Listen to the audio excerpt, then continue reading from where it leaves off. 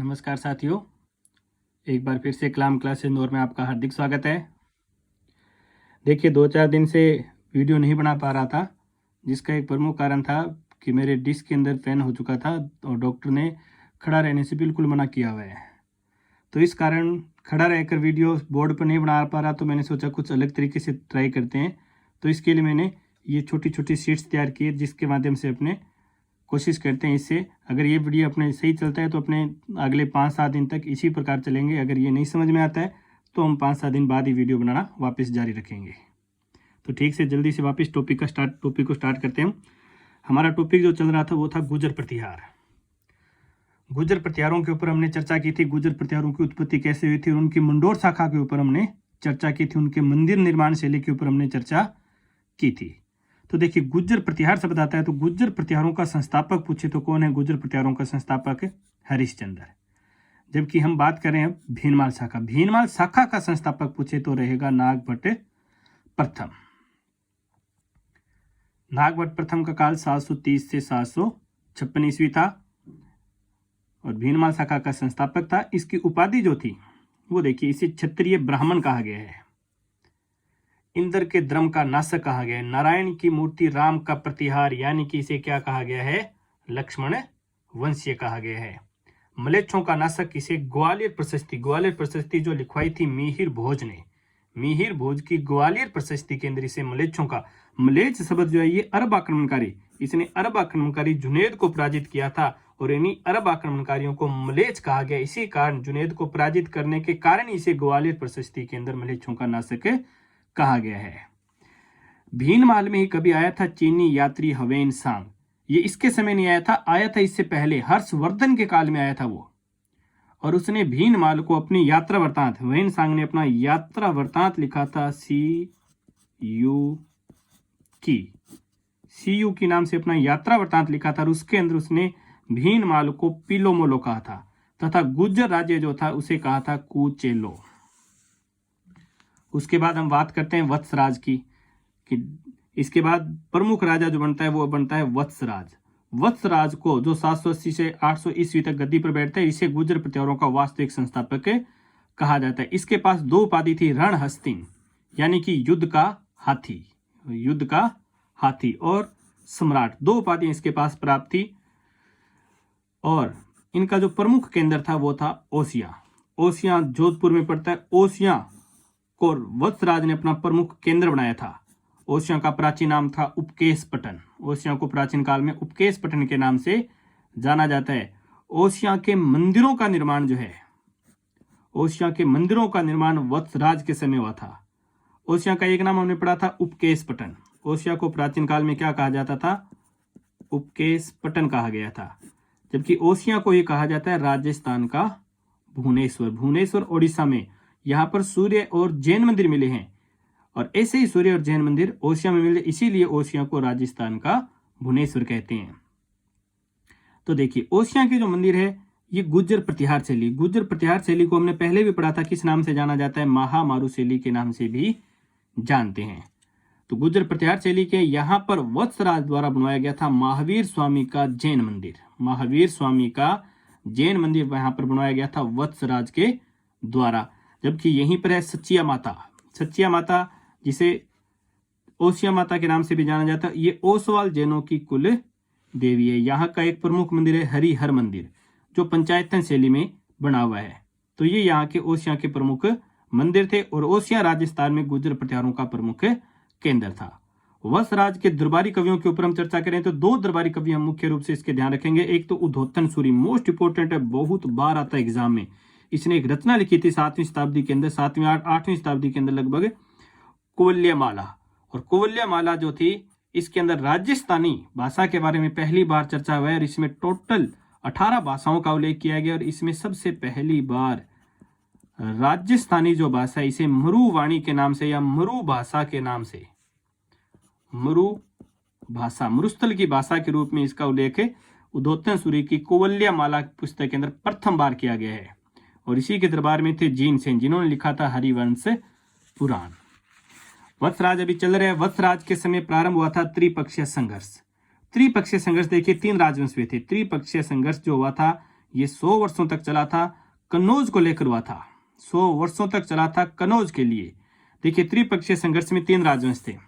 भारत की अगर हम बात करें तो देखो, कन्नौज के लिए हुआ था, 3 राजवंश थे। ये इस प्रकार ट्रायंगल बनता है।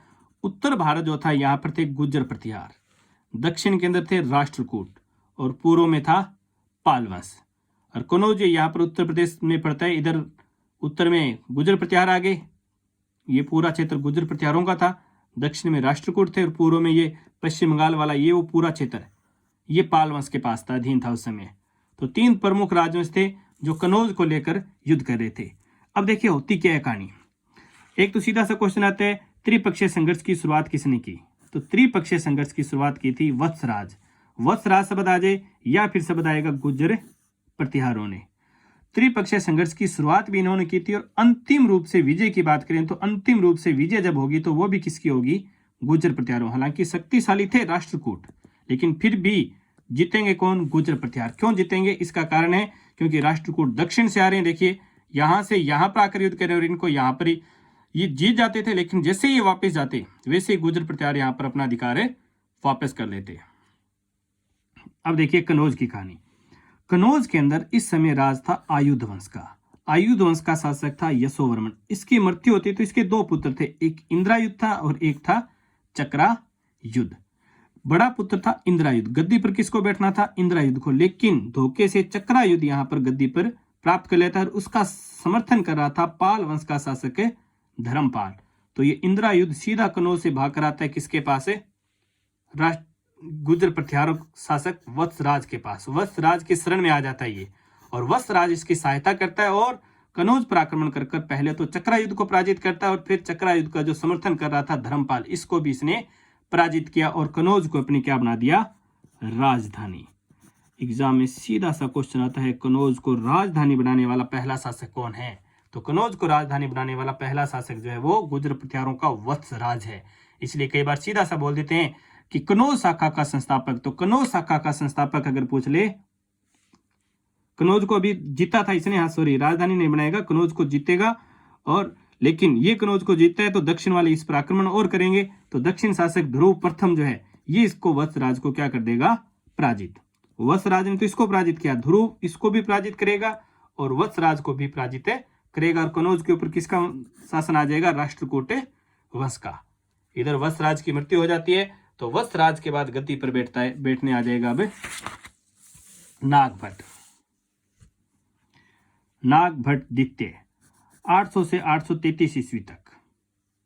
800 से 833। 810 ईस्वी के अंदर ये राष्ट्रकूट शासक गोविंद तृतीय जो था उससे पराजित होता है।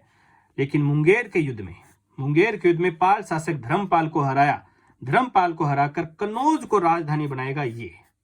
वत्सराज नहीं बनाएगा, वो गलती से बोल दिया था। वत्सराज की बजाय कौन बनाता है? नागभट्ट द्वितीय जो ये कन्नौज को अपनी राजधानी बनाएगा, यानी कि प्रतिहारों की राजधानी। और कन्नौज शाखा का संस्थापक कौन कहलाएगा? नागभट्ट द्वितीय।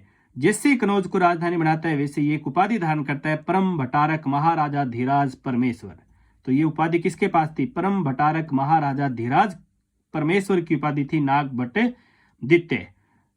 काफी लंबे समय तक, लगभग 33 वर्षों तक शासन करने के बाद इसने गंगा समाधि ले ली। पूछा जा चुका एग्जाम में क्वेश्चन कि गुर्जर प्रतिहारों के कौन से शासक ने गंगा समाधि ली थी? तो किसने ली है? नागभट्ट द्वितीय ने।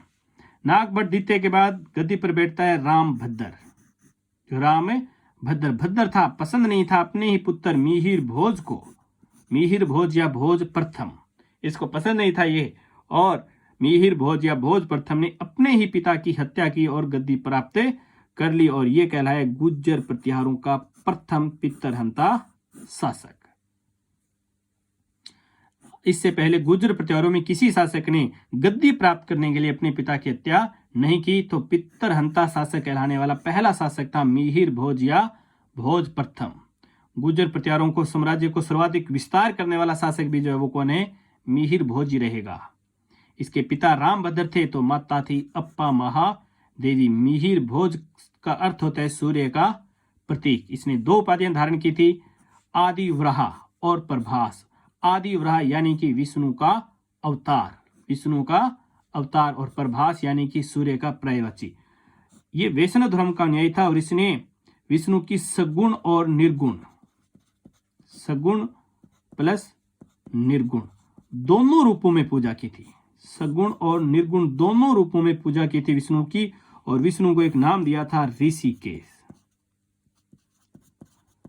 ऋषिकेश जो नाम दिया था वो किसने दिया था? मिहिर भोज ने दिया था।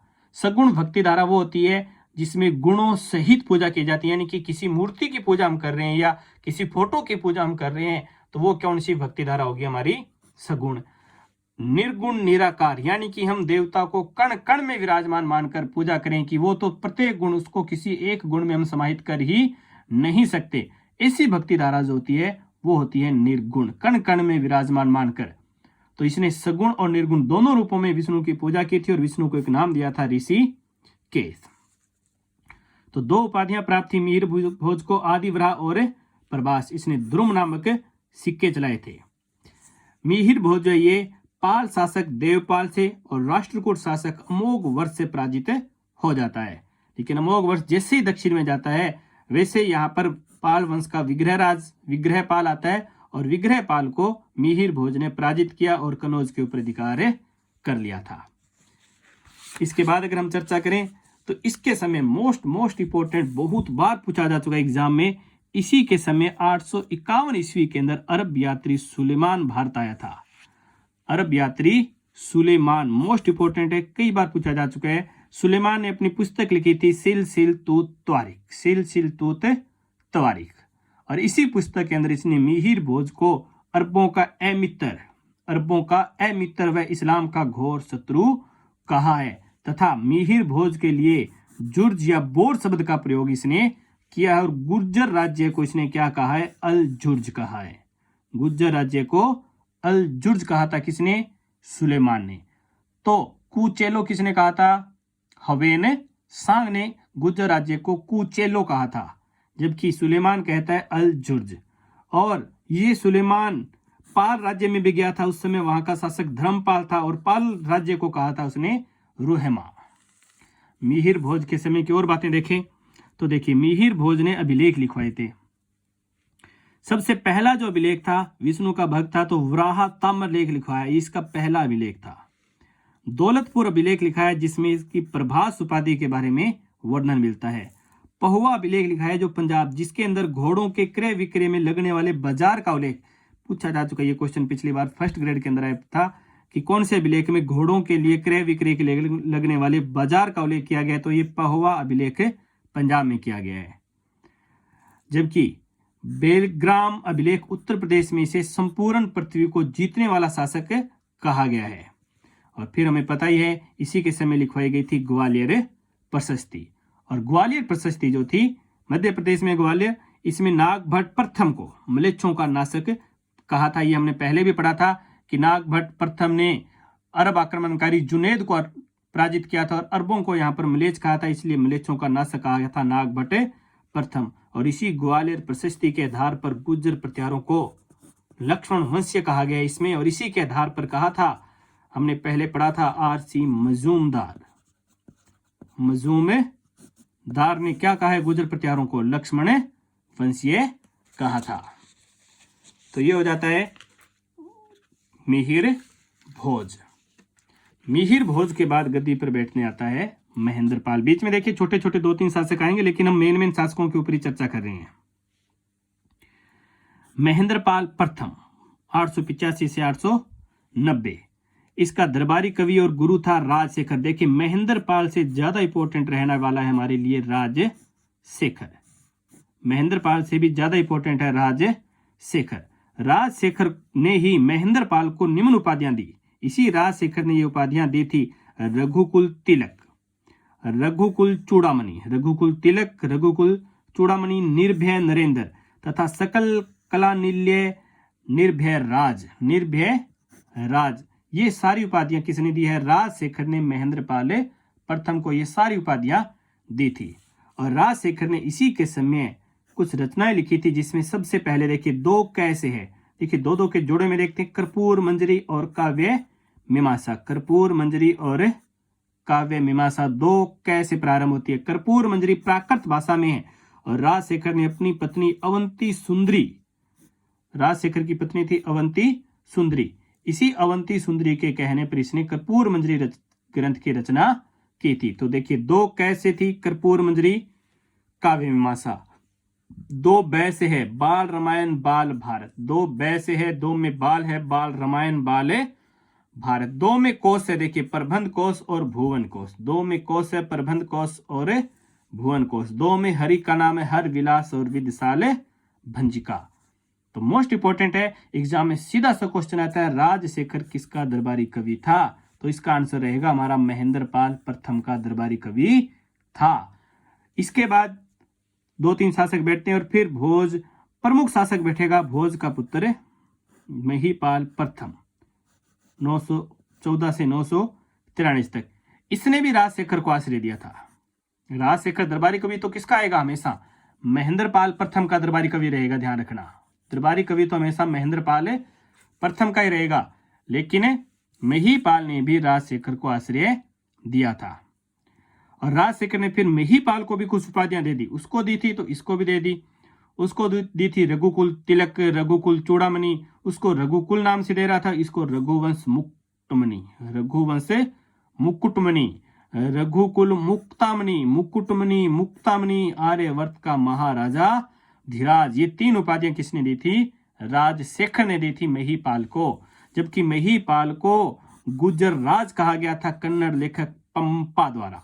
कन्नड़ लेखक, कन्नड़ के त्रिरत्न हम पढ़ते हैं, उसमें एक प्रसिद्ध लेखक आएगा पंपा, तो पंपा ने गुर्जर राज कहा था। जबकि खजुराहो अभिलेख में इसे ही क्षितिपाल देव के नाम से पुकारा गया है। महिपाल के समय भी त्रिपक्षीय, देखिए त्रिपक्षीय संघर्ष वैसे तो मुख्य रूप से 100 वर्षों तक चला था, लेकिन 200 वर्षों तक ये युद्ध, छोटे मोटे युद्ध इसके होते रहे हैं, जिसमें अंतिम रूप से देखिए अभी राष्ट्रकूट शासक इंद्र तृतीय जो है, ये भी इसके समय आक्रमण करता है और ये राष्ट्रकूट शासक इंद्र तृतीय महिपाल को पराजित करेगा। इंपॉर्टेंट है, महिपाल के समय लिखा गया था सास बहु अभिलेख, महिपाल ने ही लिखवाया था, महिपाल प्रथम ने सास बहु अभिलेख। और फिर मोस्ट इंपॉर्टेंट आ जाता है, महिपाल के समय 915 ईस्वी में आता है अल मसूदी। अल मसूदी जो बगदाद का रहने वाला था। देखिए एक आया था सुलेमान, अरब यात्री सुलेमान आया था मिहिर भोज के काल में, और एक आ रहा है बगदाद निवासी अल मसूदी। अल मसूदी 915 में महिपाल के दरबार में, इसे कहा गया है अरब का हेरोडोट्स, अरब का हेरोडोट्स का है। इसकी पुस्तक जो थी मुर्जुज जहब। अल मसूदी भी कई शब्दों का प्रयोग करेगा, गुर्जर प्रत्यारों को कहेगा अल गुर्जर, गुर्जर प्रत्यारों को क्या कह रहा है ये, अल गुर्जर, जबकि वो कह रहा था अल जुर्ज, अल जुर्ज। सुलेमान ने कहा था अल जुर्ज, जबकि अल मसूदी कह रहा है अल गुर्जर। राजा को इसने कहा है बोरा और महिपाल को कहा है बौर, महिपाल को क्या कहा है, बौर। और अल मसूदी पालों के शासक में नहीं गया, राष्ट्रकूटों के राज्य में जाता और राष्ट्रकूटों को कहा इसने बलहर। जबकि सुलेमान कहाँ गया था, पाल शासकों में, और पाल राज्य को कहा था रुहेमा, पाल राज्य में गया था और उसे कहा था रुहेमा। यहां पर महिपाल कंप्लीट होता है। इसके बाद आता है हमारा राज्य राज्यपाल। राजा आ गया कौन है, राज्यपाल, 960 से 1018। मोस्ट इंपोर्टेंट है 1018 में इसके समय महमूद गजनवी ने आक्रमण किया था। महमूद गजनवी जिसने भारत पर टोटल बोला जाता है कि महमूद गजनवी ने 17 बार आक्रमण किए थे। कितनी बार आक्रमण किए थे, 17 बार आक्रमण किए थे। तो उसमें से एक आक्रमण था 1018 ईस्वी में महमूद गजनवी का राज्यपाल के राज्य पर। और जब राज्यपाल के राज्य पर आक्रमण किया तो राज्यपाल कन्नौज छोड़कर बाड़ी धौलपुर भाग गया, यानी कि राज्य में रुका ही नहीं। राज्यपाल को राज्य नहीं करने देना चाहता था कौन, महमूद गजनवी। तो महमूद गजनवी जैसे आक्रमण करता है ये अपना राज्य छोड़कर बाड़ी धौलपुर भाग गया। और जब ये भारत का सबसे शक्तिशाली राज्य था और यही जब भाग गया तो बाकी शासकों ने कहा इसने तो हमारे भारत की क्या करा दी, बेइज्जती करवा दी। तो फिर चंदेल, इस समय चंदेल मध्य प्रदेश के अंदर खजुराहो के अंदर चंदेल शासक शासन कर रहे थे और चंदेल शासक इस समय था विद्याधर। उसने एक संघ बनाया और संघ बनाकर इस राज्यपाल का राज्य समाप्त कर दिया। फिर बिठाया गद्दी पर त्रिलोचन पाल को। त्रिलोचन पाल के समय में 1019 में फिर महमूद गजनवी ने आक्रमण किया और त्रिलोचन पाल को पराजित कर दिया।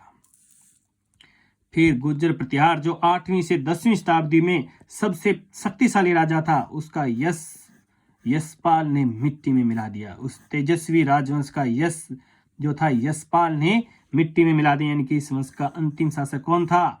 यशपाल को उसी के सामंत चंद्रदेव ने पराजित किया। 1093 ईस्वी में चंद्रदेव ने इसको यशपाल की हत्या की और गहड़वाल वंश की स्थापना कर दी। और कंबोज के अंदर कौन सा आ जाएगा? गहड़वाल वंश, जिसका शासक पढ़ते हैं जयचंद गहड़वाल। संस्थापक है चंद्रदेव जयचंद गहड़वाल। संयोगिता वाली कहानी जो थी वो इसी गहड़वाल वंश का शासक था। गुर्जर प्रतिहारों के ऊपर हम एक छोटी सी बात और करें तो देखिए, प्रतिहार अभिलेखों में पदाधिकारियों के लिए राजपुरुष शब्द का प्रयोग किया गया।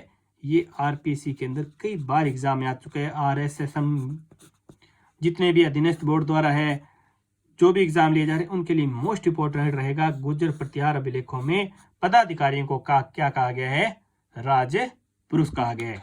तो देखिए साथियों, आपको वीडियो कैसा लगा जरूर बताएंगे, क्योंकि बोर्ड के ऊपर नहीं, हमने सिंपल एक वीडियो बनाने की कोशिश की है। क्योंकि मैं लंबे समय तक खड़ा रहने से डॉक्टर ने मना किया, इसलिए बैठे बैठे ही आपको लिए वीडियो लेकर आया हूँ, ताकि अपनी क्लास जो हिस्ट्री की मैंने कहा था कि रीट से पहले, सीटी से भी पहले, रीट से भी नहीं, सीटी और रीट दोनों से पहले मैंने कहा था आपको राजस्थान की हिस्ट्री जनवरी में हम कंप्लीट करेंगे। तो इसके लिए मैंने कोशिश की है, क्योंकि डॉक्टर ने 15 दिन का रेस्ट बोल दिया, और अगर 15 दिन वीडियो नहीं बनेगा तो राजस्थान हिस्ट्री कंप्लीट नहीं होगी। तो आपको वीडियो कैसा लगा नीचे कमेंट कर जरूर बताएंगे। और अभी तक अगर आपने चैनल को सब्सक्राइब नहीं किया तो चैनल को सब्सक्राइब कर दीजिए और लाइक करना ना भूले। और अगर वीडियो आपको अच्छा लगा है तो अधिक से अधिक इसको आगे भी शेयर करें। और हमारे अभी नए बैच स्टार्ट होने जा रहे हैं कलाम क्लासेज के अंदर नौहर में। अगर आप नए बैच ज्वाइन करना चाहते हैं ऑफलाइन तो इस नंबर पर 72969406 इसके ऊपर आप संपर्क कर बैच ज्वाइन कर सकते हैं। अभी जो बैच स्टार्ट करें हम फाउंडेशन बैच स्टार्ट करें, जिसकी फीस मात्र 1100 रुपये रखी गई है पर मंथ। उसके अंदर आप RS की भी तैयारी कर सकते हो, राजस्थान SI की तैयारी कर सकते हो, EORO जो है EORO की तैयारी भी आप कर सकते हो, LDC के लिए भी है। यानी कि राजस्थान से संबंधित जितनी भी भर्तियां आएगी, नेक्स्ट CT का जो एग्जाम हो रहा है वो भी, यानी कि ये एक लॉन्ग टर्म बैच है, फाउंडेशन बैच है। इसके अंदर इसमें हम राजस्थान जीके पूरा का पूरा राजस्थान जीके आपको करवाया जाएगा बहुत ही आराम से, साथ साथ में टेस्ट होते जाएंगे। तो अगर ऑफलाइन बैच ज्वाइन करना चाहते हैं तो आप नौहर आकर कलाम क्लासेज नौहर के अंदर आप अपना ऑफलाइन बैच ज्वाइन कर सकते हो। तो धन्यवाद साथियों, जय हिंद।